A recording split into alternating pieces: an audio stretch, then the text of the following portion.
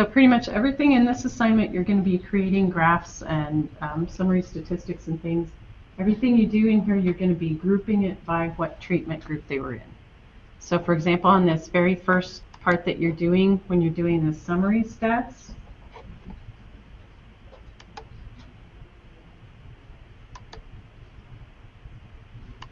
when we're doing this, the one that we want to look at is the pain rating after treatment. And then down here where it says group by, this is where you're going to tell it to split it into the two groups. So you want to group it by treatment, which is telling you which treatment group they were in. So that's really the only extra thing on this beyond what you were doing in that tech assignment last week, is that everything in here is going to be grouped by the treatment group. And then down here for the statistics, it gives you specific ones that you need to make sure are in here. There's this whole list of statistics that you want to make sure are in this box. They aren't all automatically put in here, so you have to go through and select them. And remember, if you want to select more than one thing, use Control, click, and click on the different things. And as soon as you select them, they should show up in this box to the right. And then if you click on Compute, once you get all those selected, it's going to come up and give you the summary statistics display. What we're going to do with this assignment is compare how these are similar and how these are different. So for example, if you just look at the means, this is the mean for the pain rating. So in other words, it's the average pain rating that the patients in that group gave. 0 is no pain at all. 10 is the maximum amount of pain you could stand. Notice that the mean for the active magnet group is about 4.4. For the placebo group, it's 8.4. That's a pretty big difference. That means that the placebo group was rating their pain on the average a lot higher than the active magnet group. So that's the kind of things we're looking at. How are these different? How much are they different? For all these different measurements, the next part down here, you're going to be actually comparing these things and thinking about what it means, that whether they're different or whether they're similar. But the first part of this assignment is just going through and creating all these displays and graphs. So in this assignment, once you get this summary statistics display created, then you're going to copy and paste it into the space.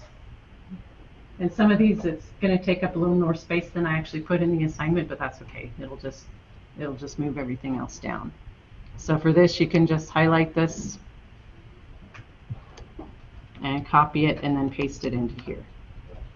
You've got all these different graphs and displays to create. For these, it pretty much tells you where to go in StatCrunch to create them. Just remember, on every single one of them, you're going to group by the treatment variable. In part 6 here, when you're doing the histograms, it's going to actually create 2 different histograms, and you have to save each one of them separately, or you have to copy each one of them separately and paste it in here. So you're going to have the summary statistics, the frequency tables, histograms, and the box plots. So one other thing about copying and pasting, if you've actually got a graph, so the displays like the summary statistics, you can just highlight everything and copy and then paste it. But if you've actually got a graph, what it's going to do is, if you click on, after you create it, if you click on the options and then click on copy, then it'll tell you, it'll say right click the image below to copy it. So if you right click on this, it'll give you the option to copy the image. So click on that, and then you can go back to your assignment back here and paste that in. So when you do that, it'll put it on the clipboard, and then you should be able to paste it in back here. And if it gives you a problem, if you're trying to paste it in Word, sometimes people have problems with this. If it doesn't seem to want to paste it, go back and do a paste special. And you have to choose either bitmap or the device independent bitmap. So if you do have problems with this, you should be able to do it this way, and it should paste in the graph for you. And the only reason I had you save them in this assignment is just in case you want to come back to it later.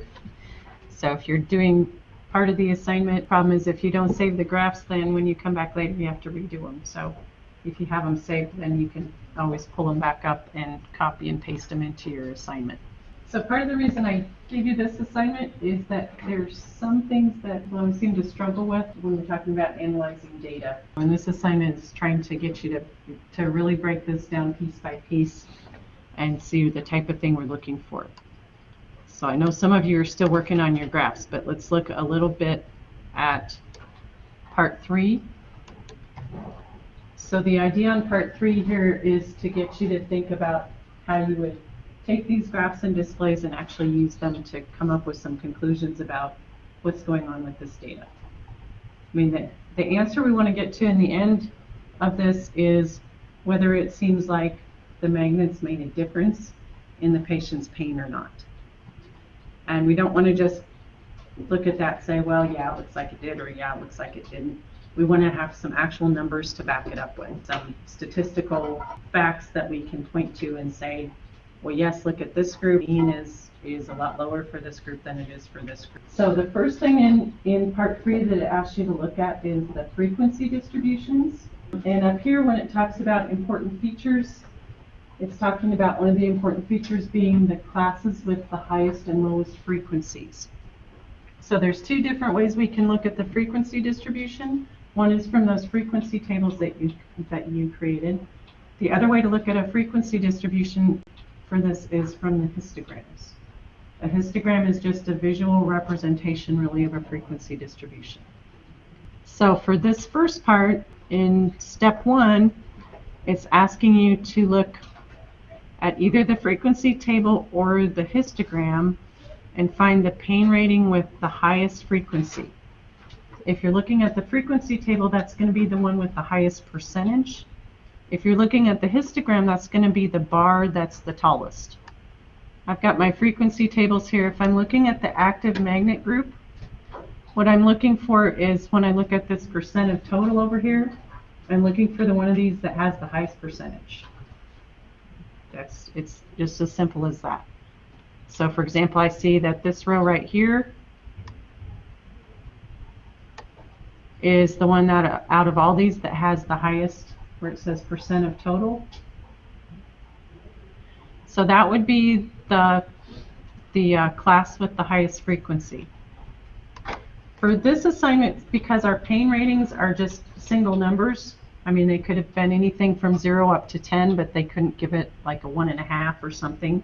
So we just have single numbers for all of these classes. In a lot of other things, if you have a quantitative variable, your class is going to include a lot of different possible values. In this one, our class would just be 4. So because that's the only, they couldn't give it a 4.5, so our class for this is just 4. So when it's asking you for the class with the highest frequency for this one, for the active magnet group, the class would just be the 4 class, the 4 pain rating class. So this is asking you to say what the class is and then say what the actual percentage for that class was. So that what the actual frequency was for that class. So there's 2 things to answer for that one, and then it asks you the same thing for the placebo group. So go back to your frequency table or your histogram and do the same thing for the placebo group. And if you're looking at the histogram instead of the frequency table, so for instance, here's our histogram for the active magnet group. So on this, I'm looking for the highest frequency class. That means I'm looking for the tallest bar. So my tallest bar would be right here. One nice thing in StatCrunch is that if you put your mouse over a bar like this, it'll tell you what the actual frequency was. And it even, under that, it even tells you what the class is. So if we were talking about a different type of thing where the class went through a whole range of numbers, it tells you where it says pain rating after treatment, it tells you that this class goes from 4 right up to 5, but it's still underneath the 5. But in this one, we can just say the class was 4. But so this is telling us if I'm doing the relative frequency, then this is going to tell me my relative frequency is 0.207, so that'd be like 20.7%, and it tells me what class I'm in. Or you can look down here, the class is going from 4 up to 5. So really this would just be the 4 class. So you should be getting the same thing from the histogram that you would get from looking at the frequency table.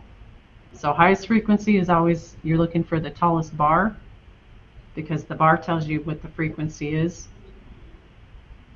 Lowest frequency for this assignment, for the lowest frequency, you're going to look at the lowest bar that's actually there.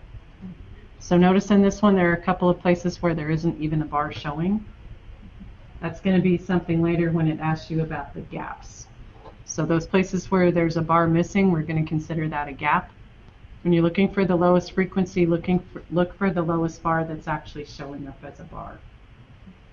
So like in this one, there would be 2 different ones that both have the same frequency, and those are the 2 lowest. So for this one, it asks you for the lowest frequency, you're going to actually list 2 different classes. The rest of this, I think, is fairly easy to understand what it's asking for, but if you have any questions about what it's asking for, just ask me. And if it asks you to list things like measures of center, that means give the actual numbers. So like here it asks you for the mean, the median, and the mode. It says to round the values to 1 decimal place. So just put in all of those actual numbers. Even though we don't do a lot of complicated math in this class, it is a lot about the numbers. So if it asks you something about what's the mean, don't estimate it, put the actual number that you got from StatCruncher, that you got from doing the calculations. Yeah, when it asks you about the outliers, there don't necessarily have to be outliers. It's just that sometimes there are. But an outlier is something where you only have maybe one value that's way far away from the rest of them. So for example, if you're looking at a histogram and you've got a bunch of bars over here, and then you've got a big gap, and then there's like one little short bar that's after the gap, that's way far away from everything else, that would be where you'd have an outlier. So for that one, Yeah, so for this one, these ones on the ends really wouldn't count as outliers because there are actually quite a few in there. So those bars aren't short, which means there were quite a few pain ratings at both the 0 and the 10. An outlier is like only like maybe 1 or 2 values that are way far away from everything else. yeah, no outliers. So for this one, the group 9 is just a low frequency. But that's not the same as being an outlier. An outlier would be if we had something all the way out here that was far away from the other ones that had a short bar. Does that make sense? This is why I'm having you do this assignment, because this way we can kind of get some of these questions sorted out. Next week you'll be doing this kind of analysis with your Tiger data. So this is kind of easier to do it with this set first, and then when you do your Tiger data, everybody's going to be a little bit different. Okay, last thing about this, when you get to the end of this where it's asking you about the distribution shapes, you have to just look at it and decide what you think. There's not necessarily right or wrong answers to that. There's one in here that's fairly obvious what it is, but if it's not really obvious whether it's skewed right or skewed left or whatever, if you think it's one of those, based on the box plots and the histograms, you can put that down. If you're really not sure or you don't really see a shape in there, you can just say it's none of these. So those ones, there aren't necessarily right or wrong answers. It's kind of depending on what you see in there.